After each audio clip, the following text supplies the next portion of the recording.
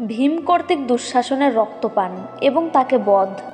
মহাভারতের কাহিনীতে ভীমের প্রতিশোধ গ্রহণের একটি উল্লেখযোগ্য ঘটনা হল দুঃশাসনের রক্তপান। দৈত্য সবাই দ্রৌপদীর অপমানে ক্ষুব্ধ হয়ে ভীম প্রতিজ্ঞা করেছিলেন যে তিনি দুঃশাসনের রক্তপান করবেন। পাণ্ডবদের বনবাসের পর যুদ্ধের ময়দানে ভীম এই প্রতিজ্ঞা পূর্ণ করেন। যখন এই ভয়ঙ্কর সংগ্রাম চলছিল সেই সময় রাজা দুর্যোধনের অনুজ দুঃশাসন নির্ভয়ে বাণ বর্ষণ করতে করতে ভীমসেনকে আক্রমণ করলেন। তাকে দেখে ভীমসেন ছুটে গেলেন এবং সিংহ যেমন মৃগকে আক্রমণ করে তিনিও দুঃশাসনকে সেইভাবে আক্রমণ করলেন। তারপর দুই বীরে ভয়ঙ্কর যুদ্ধ বেঁধে গেল। দুজনেই প্রাণপণ যুদ্ধ করতে লাগলেন।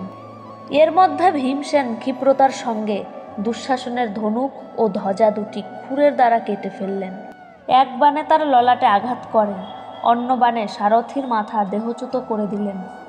দুঃশাসনও তখন অন্য ধনুক নিয়ে ভীমকে বাণবিদ্ধ করতে লাগলেন এবং নিজেই ঘোড়া চালাতে লাগলেন।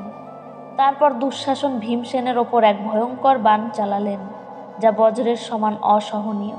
সেই বাণ ভীমের শরীর ছিদ্র করে দিলে ভীম প্রাণহীনের মতো হাত ছড়িয়ে রথের মধ্যে পড়ে গেলেন।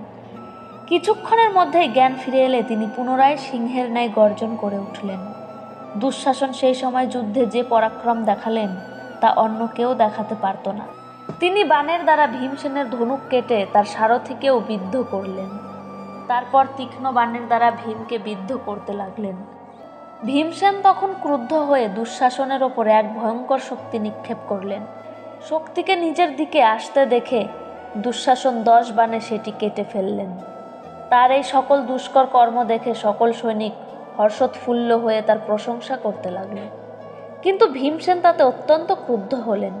তিনি দুঃশাসনের দিকে তাকিয়ে ক্রোধে অগ্নিশর্মা হয়ে বললেন, বীর দুঃশাসন, আজ তুমি আমাকে তীব্র আঘাত করেছ, এখন তুমি আমার গদার আঘাত সহ্য করো। এই বলে তিনি দুঃশাসনকে বধ করার জন্য তার ভয়ঙ্কর গদা হাতে নিয়ে বললেন, দুরাত্মা, আজ এই সংগ্রামে আমি তোমার রক্তপান করব। ভীম এই কথা বলতেই দুঃশাসন তার উপর এক ভয়ঙ্কর শক্তি নিক্ষেপ করলেন। ভীমও তার ভয়ানক গদা ঘুরিয়ে ছুড়লেন। সেই গদা দুঃশাসনের শক্তিকে টুকরো টুকরো করে তার মাথায় গিয়ে আঘাত করল। গদার আঘাতে দুঃশাসনের রথ 10 ধনুক পেছনে সরে গেল। তার দেহেও বেশ গভীর আঘাত লেগেছিল।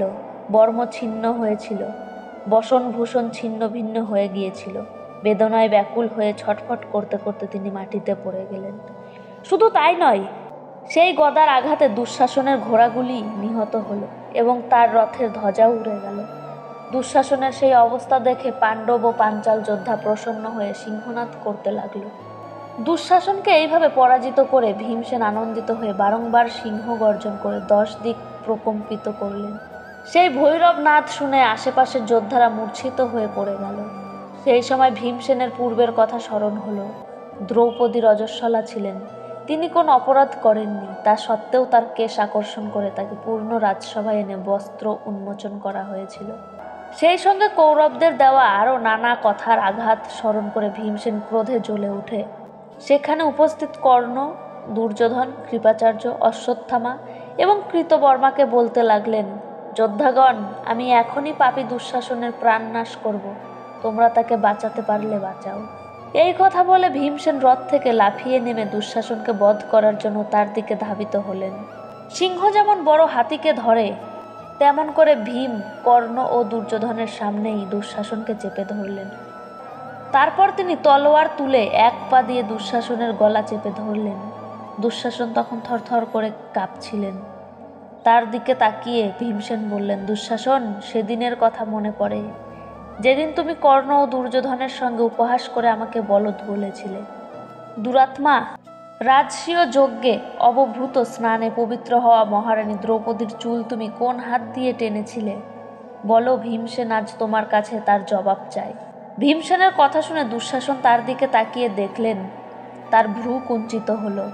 ক্রুদ্ধ হয়ে অত্যন্ত দৃপ্ত কণ্ঠে বললেন, এই সেই হাত যা হাতির সুরের মতো বলিষ্ঠ, যে হাত হাজার হাজার গাভী দান করেছে এবং বহু ক্ষত্রিয় বীর নিধন করেছে। ভীমসেন, যখন সভাগৃহে কুরু প্রধানগণ ও তোমরা বসেছিলে, আমি এই ডান হাত দিয়ে দ্রৌপদীকে কেশ আকর্ষণ করে এনেছিলাম। দুঃশাসনের গর্বিত কথা শুনে ভীমসেন তার বুকের ওপর উঠে বসে ডান হাত ধরে অত্যন্ত জোরে মোচড় দিতে লাগলেন এবং সমস্ত যোদ্ধাদের শুনিয়ে বললেন, আমি দুঃশাসনের হাত উপরে নিচ্ছি, এখনই তাকে বধ করব। যার শক্তি আছে সে এসে আমার হাত থেকে একে রক্ষা করো। সমস্ত বীরদের এইভাবে আহ্বান করে মহাবলী ভীম ক্রোধে অগ্নিশর্মা হয়ে দুঃশাসনের হাত উপরে নিলেন। দুঃশাসনের সেই হাত বজ্রের মতো কঠিন ছিল। ভীমসেন সেই উৎপাটিত হাতটি দিয়ে সব যোদ্ধাদের সামনে দুঃশাসনকে মারতে লাগলেন। তারপর দুঃশাসনের বুক চিরে তিনি গরম রক্ত পান করতে লাগলেন এবং তলোয়ার দিয়ে তার মাথা দেহ থেকে আলাদা করে দিলেন। প্রতিজ্ঞা পালন করার জন্য ভীম দুঃশাসনের রক্ত পান করলেন। তিনি রক্তের স্বাদ গ্রহণ করে বললেন, আমি মাতার দুধ, মধু, ঘৃত এবং দিব্য রস পান করেছি।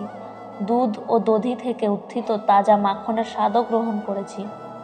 এত ব্যতীত জগতে বহু প্রকার পানীয় আছে, সেগুলি অমৃতের ন্যায় মধুর স্বাদযুক্ত, কিন্তু আমার শত্রুর রক্তের স্বাদ এসবের চেয়ে বিশিষ্ট, অধিক সুস্বাদু।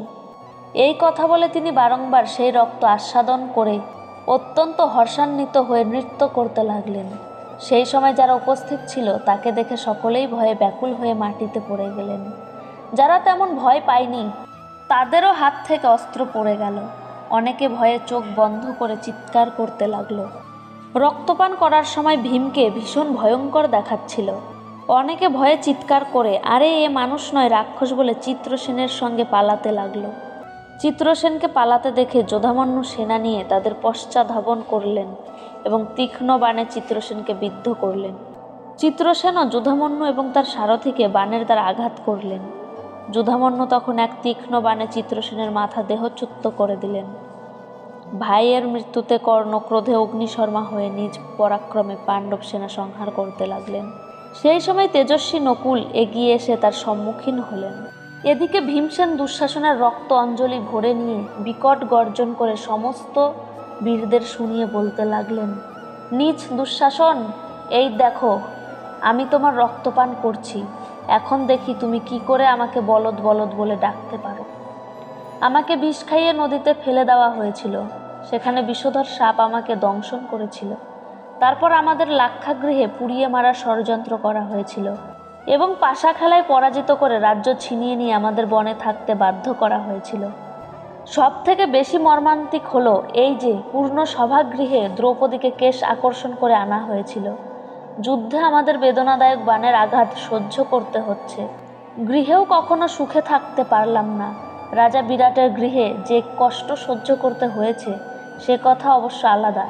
শকুনি, দুর্যোধন ও কর্ণের পরামর্শে আমাদের যে কষ্ট সহ্য করতে হয়েছে তার মূল কারণ তুমিই ছিলে। এই বলে ক্রুদ্ধ ভীম শ্রীকৃষ্ণ অর্জুনের কাছে চলে গেলেন। সেই সময় তার দেহ রক্তে মাখামাখি হয়েছিল। তিনি হেসে বললেন, বীরগণ, আমি যুদ্ধে দুঃশাসনের বিষয়ে যে প্রতিজ্ঞা করেছিলাম তা আজ পূর্ণ করেছি।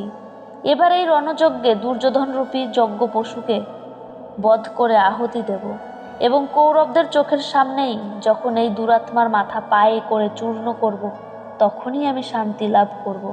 এই বলে ভীম গর্জন করতে লাগলেন।